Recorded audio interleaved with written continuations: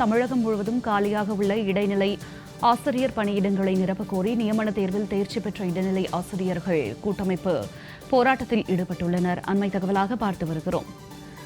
தமிழகம் முழுவதும் காலியாக உள்ள இடைநிலை ஆசிரியர் பணியிடங்களை நிரப்பக் கோரி நியமன தேர்வில் தேர்ச்சி பெற்ற இடைநிலை ஆசிரியர்கள் கூட்டமைப்பு போராட்டத்தில் ஈடுபட்டுள்ளனர். அண்மை தகவலாக பார்த்து வருகிறோம்.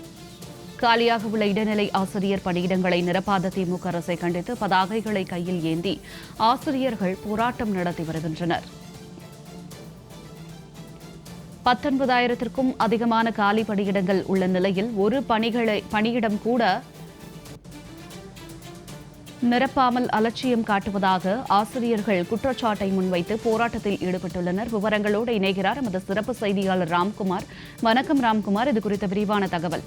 கண்டிப்பாக சென்னை தமிழகம் முழுவதும் இருக்கக்கூடிய அரசு மற்றும் அரசு உதவி பெறும் பள்ளியில் காலியாக உள்ள ஆசிரியர் பணியிடங்களை நிரப்பக் கோரி ஆசிரியர் தகுதி தேர்வில் தேர்ச்சி பெற்ற ஆசிரியர்கள் தற்போது எழும்பூர் ராஜரத்னம் ஸ்டேடியம் அருகே போராட்டத்தில் ஈடுபட்டு வருகிறார்கள்.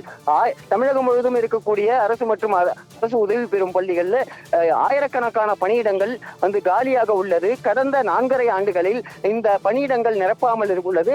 ஏற்கனவே பல்லாயிரக்கணக்கான ஆசிரியர்கள் ஆசிரியர் தகுதி தேர்வு எழுதி தற்போது காத்திருக்கும் நிலை இருந்து வருகிறது. ஆனால் இதுவரை இந்த விளம்பர திமுக அரசின் பள்ளி கல்வித்துறை ஆசிரியர் பணியிடங்களை நிரப்பாமல் காலம் தாழ்த்தி வருகிறது. இதன் காரணமாக லட்சக்கணக்கான மாணவ மாணவிகளின் கல்வி கேள்விக்குறியாக இருக்கிறது.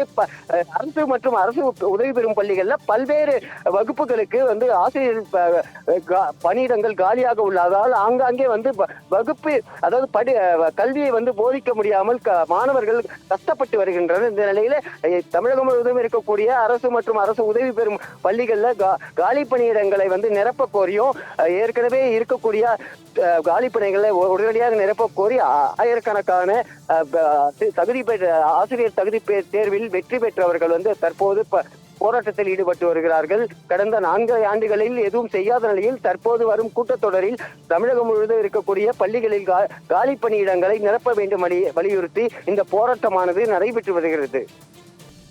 ராம்குமார், தங்களுடைய விரிவான தகவலுக்கு நன்றி.